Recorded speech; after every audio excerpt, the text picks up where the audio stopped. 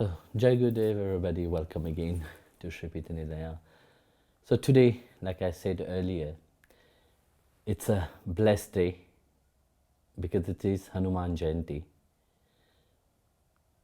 These past few weeks, we have been celebrating wonderful, starting with Shivaratri and ongoing, there were Yamuna Jayanti, Ram Navami, and now Hanuman Jayanti. Hanumanji, as you all know about, symbolize this great aspect of devotion which he have for Sri Ram. Due to this aspect of devotion, this have rendered him very strong and very powerful. So because of that, he inspired many,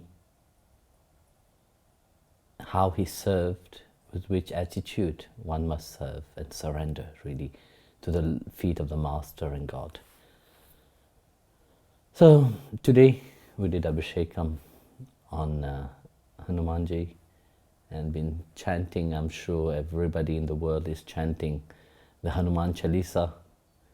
Some of the devotees have been chanting 108 Hanuman Chalisa, which is so wonderful, and really it's not about just chanting the Hanuman Chalisa and really know the meaning, what Goswami Tulsidas have written, this 40 verse, and how wonderful it is, this 40 verse, showing how humble Hanumanji is, even being so powerful, so grand, with so much strength and power, but yet,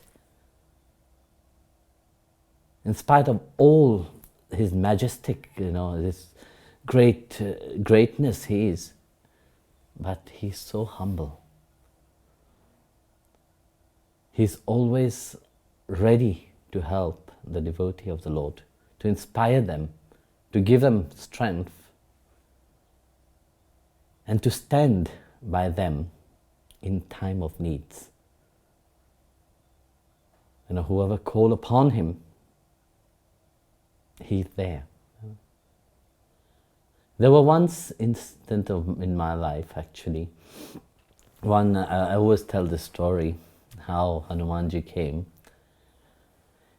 We were first time in India, and we were traveling at night. So we went to Mysore, and on the way it get late, so we were traveling in a van with many people. So most of the people were sleeping, and as the car was driving, there's trees on both sides of the road, and it's completely dark everywhere. All of a sudden, I was awake actually, and there's a few people also was awake. All of a sudden, we saw a huge white monkey, huge, taller than the van itself, in the middle of the road. He was so majestic, standing very firm. And of course, the driver of the van, just when he saw that, he just appeared out of nowhere. He just go sideways and stop. Everybody woke up, and we were in shock. And we looked behind, could not see anybody, anything. There were no monkey, there were no trees, there were nothing was there. So Hanumanji came at that moment. And it reminded me of a dream which I had of him long time actually, when I was 14 years old. In that dream, I dreamt I was walking on a path, and that path was light, and both sides it was dark. And in that darkness, there were some hands, some demons like trying to pull.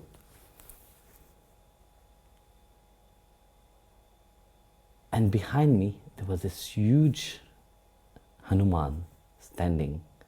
And with his mace, he was beating them, pushing them away. Bow, bow, bow.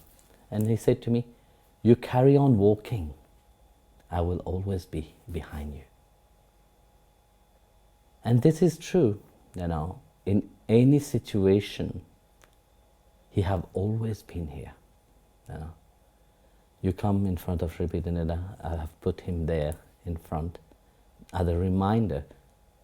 His hand is in a blessing and he's holding this mace as a reminder that a devotee is never alone. The devotee have the blessing of all the devotees and the Lord himself with them. And Hanumanji is protecting everyone. And this is a great blessing to have him as an example of devotion also. So, may his blessing be upon you and help you on your spiritual path also. Strengthen your devotion inside of you, because he's a symbol of devotion and surrender. I'll ask Jagopal to ask the question. Jai Gurudev Guruji, all the saints are said to be very simple people. How could we, living in these times, start living simple life, becoming more simple, as it seems we always search for a difficult way and complicate everything? That's true. The saints are very simple. Even the great saints which were king, they live a very simple life. You see simplicity. Look right now what is happening in this world.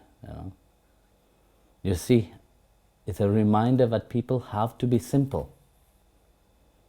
Have to be firstly themselves. Now, you are not complicated. You are how you are. But you see the mind how it is.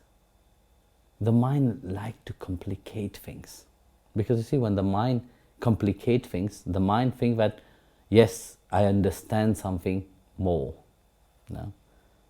How can you understand something more when your mind is so preoccupied with so many things? So this is a time, really, it is a time where it's not about being simple only in the outside, but be simple here inside of your mind, If you like tragedy, there's people who like tragedy, they like drama in their life. And when they have drama in their life, they think that they are advancing, they are moving forward,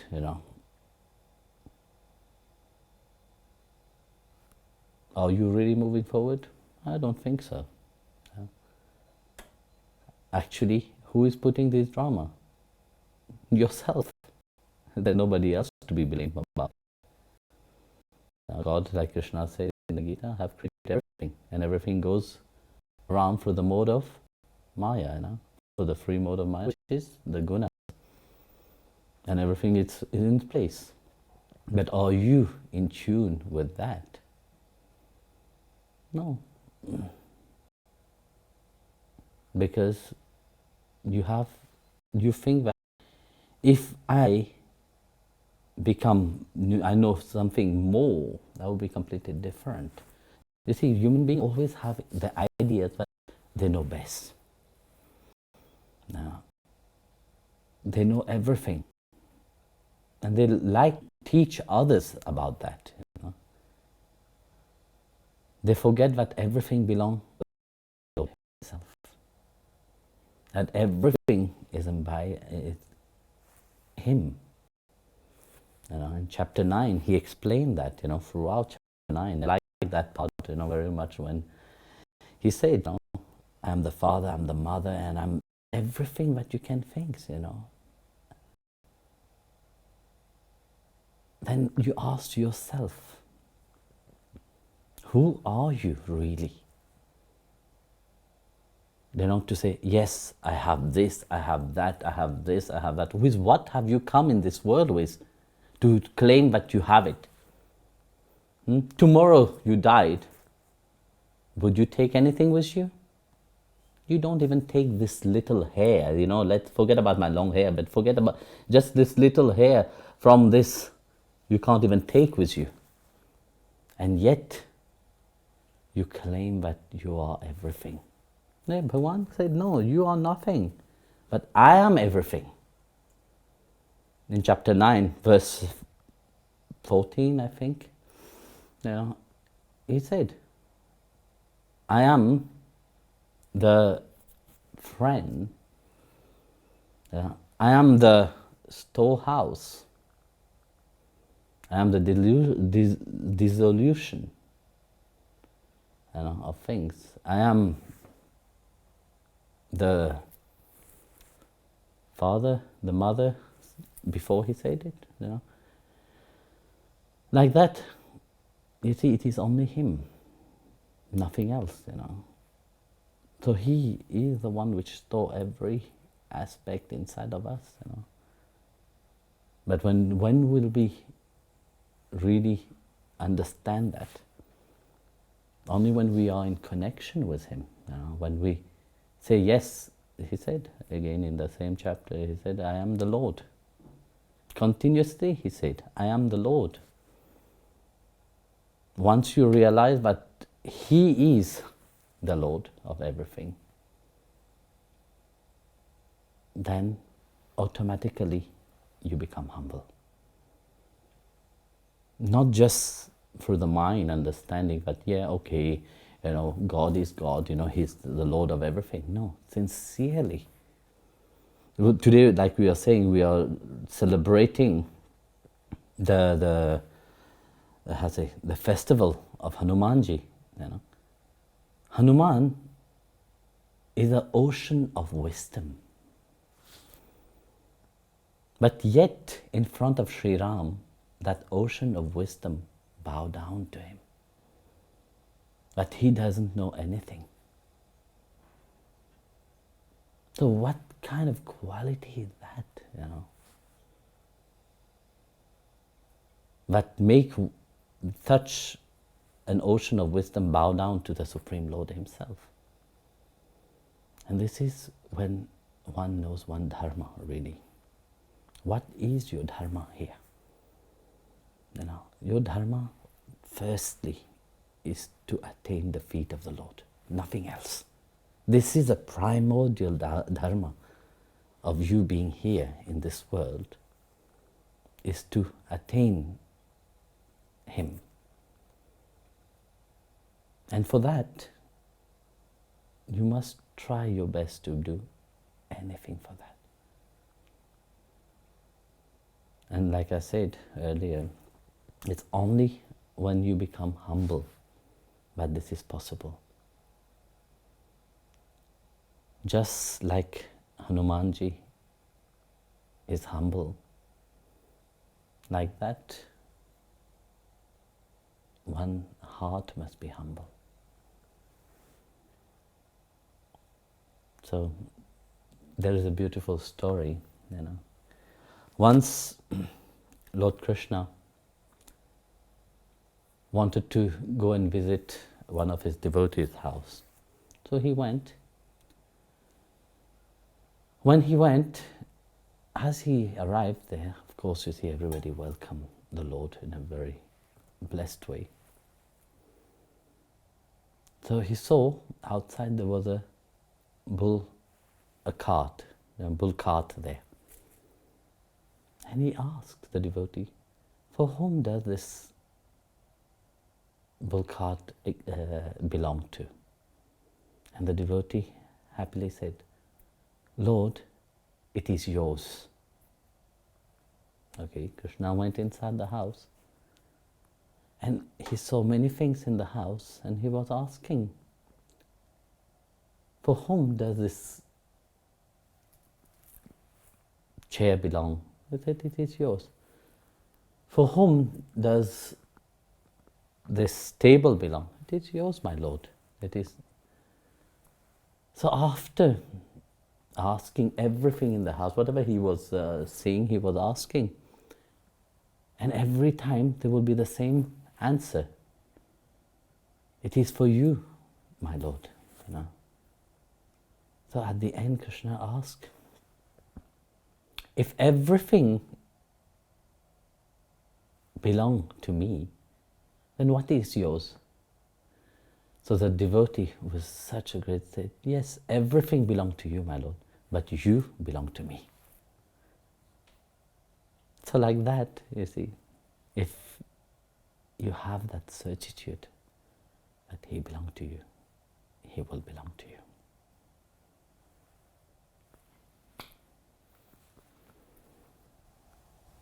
Dear Guruji, one of the 108 names of Krishna is Samsara Vairine and is translated as enemy of material existence.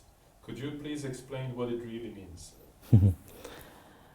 The enemy of material existence. You see, when one views the material existence, we view the material existence only through the mode of limitation.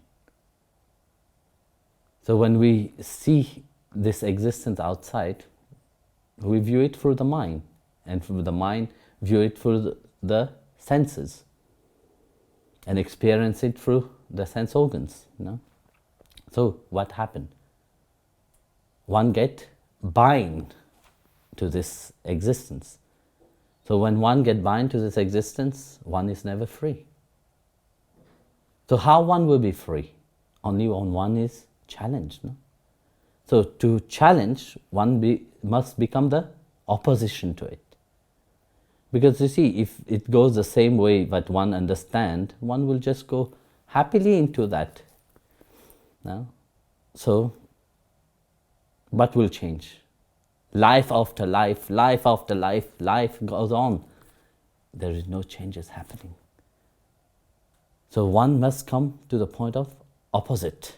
Here Krishna, that's name of Krishna, said that I'm opposed to that. It's not that I'm the enemy, like I said earlier. He said, you know, I am in everything. But how many people really perceive me that I am that universal essence in everything? Not everybody. Only those who have this longing, those mind which is purified, those mind which is surrender, they have that understanding.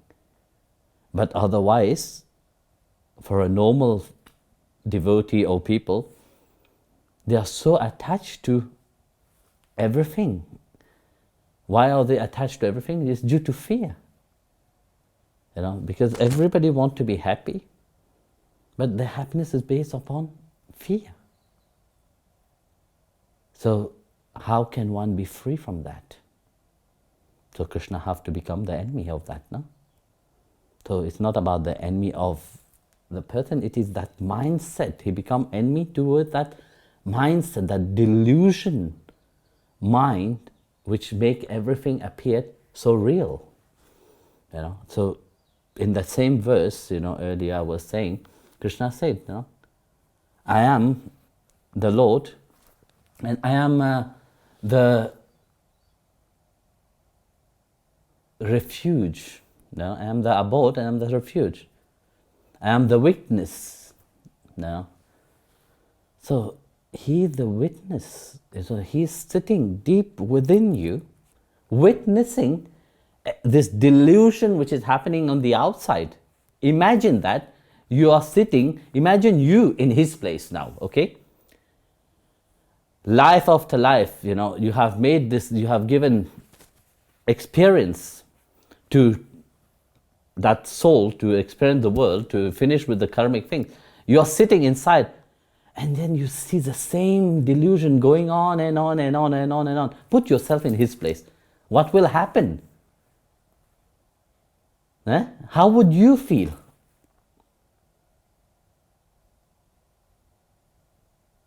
It is a bit boring, you know. You're entertaining that delusion. And when you know that it is, so today it is here, tomorrow it will not be here. You know it. From one moment to the other, a click of finger, everything can finish. Imagine right now, okay, well, the NASA have said that a meteorite is coming toward the Earth. Let's see. So just imagine, okay, for a moment, the meteorite is coming. What will happen? You see, if you have a sense of spirituality, if you are really, you have that knowledge about the self, you know, you have the knowledge about spirituality itself, you know, you are safe. Because your view of how you see life is completely different, okay? Finished. You know you're going to, you're eternal and you're moving forward. But what imagine for all these people in the world which is so attached to this world? What makes them attached to this self? What will happen to their mind? It is fear that will jump out. So Bhagavan said, I have to be opposite to that. I have to be the enemy of that kind of mind. Because that kind of mind, which is attached to the material things, can't be attached to me. So by being the enemy of the material things, one starts to transform and change. Look, an enemy, for example. So now we reverse that part. We look at it from a point of view of Kamsa. No? Kamsa also view Krishna as an enemy. But Krishna is merciful. He don't view Kans the same way. So, Kans as being an enemy, how he will see Krishna? He will see Krishna as being his own enemy. So the material world see Krishna, who want to free them, as an enemy. That mind, do you think really want to surrender? Yes, we say yes, we want to surrender. That's sincerity inside. If you just say yes, I want to surrender. Do you know how much it takes to surrender? Less than a second. If you're sincere about that, it takes just less than a second to surrender.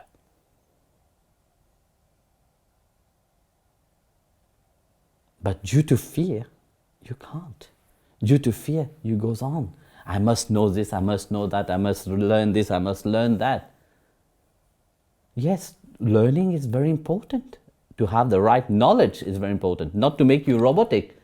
You know, right now what is happening to this world, you see, you know, do you think this world is running towards certain freedom? No, my dear. This world is not running towards freedom. Because there's fear everywhere. You know, there's people who want to govern you, to control you. Do you think they want your freedom? No, they don't want your freedom. Who wants to be free?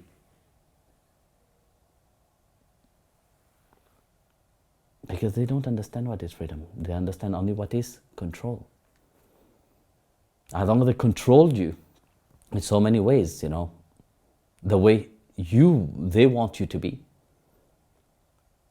then you're fine. But say something against them, it's not fine at all. So that's what Krishna said, you know. I am the enemy to these material things. Because I want truly to free you. I want to liberate you. I want you to be free. I have sent you here, not with shackle, not with, handcuffs, you know. I have sent you here freely. But what you have done throughout lives, Throughout life, what you have done, you have imprisoned yourself. Even if I have manifested myself so many times, are the reminder, send gurus, send saints, send sadhus, send the rishis, are the reminder. But what have you done? You have always placed the material existence as first. So I have to be opposite to that, so that I can give you what I have come here for. And that is the freedom. Here today, nowadays, everybody is talking about freedom. Nobody is free. You are in a system which you are not free. You're in a system that appeared to care for you. But in reality, they don't care for you at all. So ask yourself, have this material existence, now you can see it clearly. Use a little bit of your brain, to think. This material existence have freed you or have made you more dependent? And that's what Krishna doesn't want that. Krishna wants that you attach yourself to him. He will provide for everything. He will look after you. Just trust in him. Things will not go the way you want, because you see, your mind is so programmed that it must be like this, it must be like that. You have an idea of things, it must be like this. When it doesn't go like this, you start to question. But it is for your own safety that it doesn't go like what you want it to be. Otherwise, you will be the most unhappiest person. Now you see that you are super unhappy because things doesn't, your ideas, your dreams is not fulfilled the way you want. How many times I have met people said, oh, my life was good before and I went on the spiritual path, my life have changed. But actually, yes, it must change.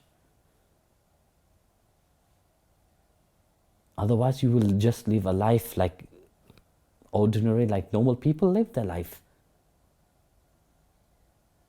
Is that really a life?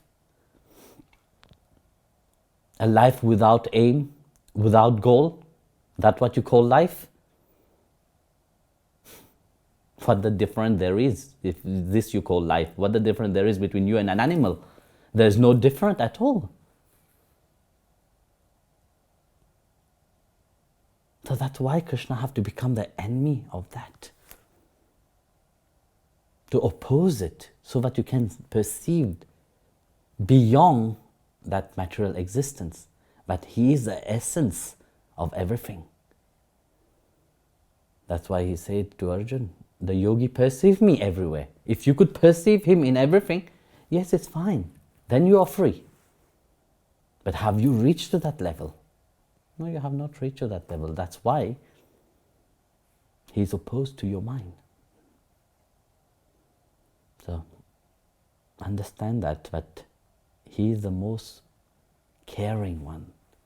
He is the one which really is looking after you. And he cares for you. Even if you have to be the bad one, he will be the bad one for your sake. He became the charioteer of Arjuna. When did he become the charioteer of Arjuna? When Arjuna surrendered to him. Now he holds the rein of his life. So let him hold the rein of your life. And let him guide you.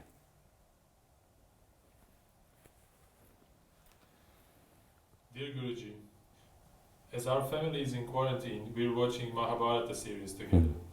And we've come to a point that we really don't get. It is the dice game in Hastinapur. Why does Yudhishthira act like he does? Why doesn't he rebel? What does the whole situation represent? because we even couldn't have gone to bed yesterday being so irritated by the scene.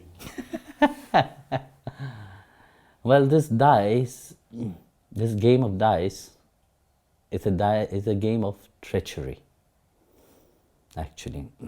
It's wonderful that you are watching the Mahabharata, which is, when I was in India, they have announced that Raman and Sagar have decided, that they will again play the Mahabharata, and I was so happy about it. Yeah. So it is nice that during this time, people are reminded of the culture, reminded of the beauty of that, what the scriptures have given us, And I was very happy actually hearing that. And I'm even more happy hearing that all of you are watching. I don't know whether all of you are watching or not, but it's nice. So the game of dice, like I said, is a game of treachery. Firstly, Yudhishthir, of course, he could have stopped everything. But you see how the treachery have happened is that firstly the Kauravas have played in a way that they can take everything from the Pandavas. Everything. First they took everything. So when you don't have everything, they excite them that they have to carry on playing by using words, names, and so on. Of course, you see, being a prince, you can't just say, okay, I'm a coward, being a man actually. Being a man, he said, okay, I'll have to prove myself. So that's why, you see, when one goes into this kind of things, you lose the ability of thinking. When you lose the ability of thinking, you lose everything. So Krishna also said it in the Gita, no? When delusion enters the mind, you lose the capacity of reasoning. Once you lose the capacity of reasoning, you lose everything. So, like that, even if all five were sitting there, they were well aware what they are doing is wrong. But one thing we have to see, the talk before the dice. Yudhishthir asked Krishna, personally he asked Krishna not to interfere into that game. They let us depend on ourselves. Very often people, they don't like to ask the Guru, they don't like to ask God for help. They say, oh yeah, let me do it. I can't do that, So they count upon their own pride and arrogance, their own strength. So it is the same attitude Yudhishthir had when he asked Krishna not to interfere in that business. This is between him and it's a family business, family things. So Krishna respected that and he didn't interfere. He was just behind the door. A thought from Yudhishthir could have changed everything. But what they were doing, they were all quarreling about themselves. They were all thinking only about themselves. They were all pitying only themselves. They didn't think of Krishna. They could have just mentally thought, Krishna, help. He will have help. But no, their mind was so in such a delusion that they could not think about him. Again, the same thing. When the mind is fully absorbed into the material reality, can you think of God? No. How many times I have asked the devotee, do you chant the name of God? They say, yes, but I am so busy in my work that I don't have time. A thought, a thinking, you can't? When you can think so many things. Just as Yudhishthira itself. He could just have the thought on Krishna, but he didn't. He could not. Because he was so much engaged in his own self. I. What I'm losing. Or how miserable I am. Pity me. This is a drama which everybody in life play. And then you render yourself miserable and unhappy. So that's what have happened in that game of dice. Even they have fully, lost everything. They lost themselves completely. Each one, their brothers, he put his own brothers, and he lost them also. He put himself, he lost. Finally, he put his wife, Draupadi. Draupadi was dragged, you know the story, she was dragged into the court, and they could not do anything.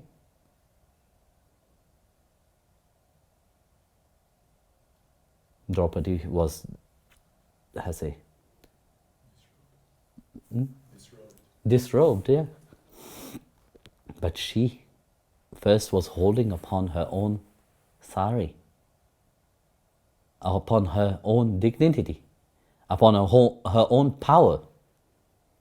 But when she saw that it's not about holding upon my own dignity, holding upon my own power or strength, then she remembered Krishna. Even that, when she remembered Krishna, she called upon Krishna, said, Govind. Krishna was there. But Krishna could not help her because she was still holding upon her dignity so tight. But when did Krishna help her? Only when she surrendered. She lifted both of her hands up and said, Govind. At that moment, there were endless flow of sari. Dushasan could not remove the sari from her. And this is a reminder that as long as you hold upon your own strength, upon your own limitation, no one can help you. Guru and God can't help you because they come as a reminder, that learn to let go and surrender to Him. So this is what that dice of game make one understand. Dear Guruji, if the divine had the world's ear for 5 minutes, what would God want people to know? What would God want people to know if divine would have the world's ear for 5 minutes? I don't understand the question. If the divine would have the world's ear for 5 minutes. If the divine want to have the... If the world would listen to God for 5 minutes, what would God say? if the world will listen to God for 5 minutes. 5 minutes is a lot for God, man. Would the world really listen to God? This is the question. I'm laughing. Because God have come and He spoke. Have the world listen. He have sent His messenger. Have the world listen. They took Him and crucified Him. He came and gave the Gita. They went against Him.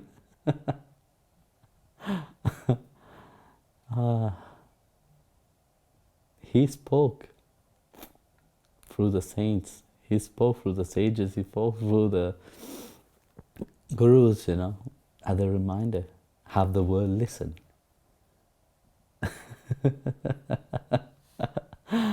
The world will never listen. Because the world is a very egoistic world, where everybody only think about themselves.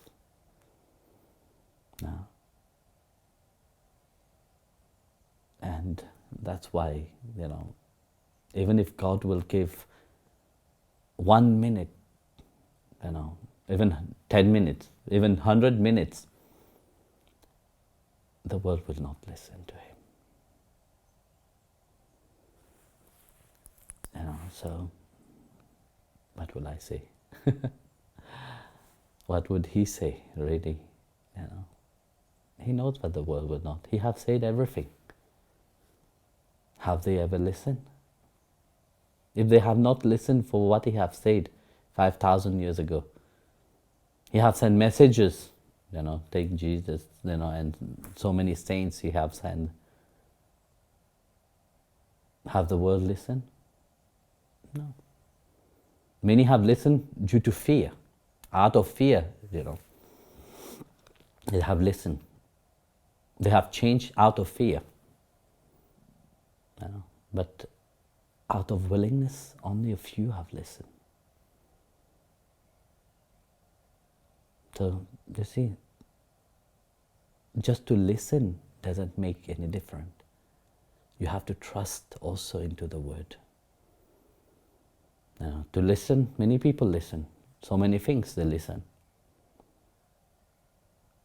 But how many of them have trust into what they are listening? They just believe, every shit what it's written, everything what the media tell them, they all listen, because it's very nice, to listen. But does it change? No, they don't. So, why would God come and tell them now again?